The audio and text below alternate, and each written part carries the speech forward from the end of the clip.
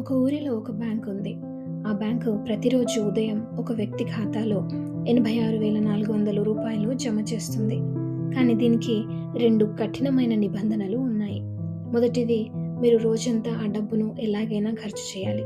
రెండవది, సాయంత్రం అయ్యేసరికి మిగిలిన ఒక్క రూపాయి కూడా మరుసటి రోజుకి రాదు. అది రద్దయిపోతుంది. మీరైతే ఏం చేస్తారు?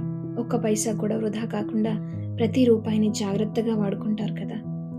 నిజానికి మనందరి దగ్గర అలాంటి బ్యాంక్ ఒకటి ఉంది. అదే సమయం. ప్రతిరోజు దేవుడు మనకు 86,400 సెకండ్ల కాలాన్ని ఉచితంగా ఇస్తున్నాడు.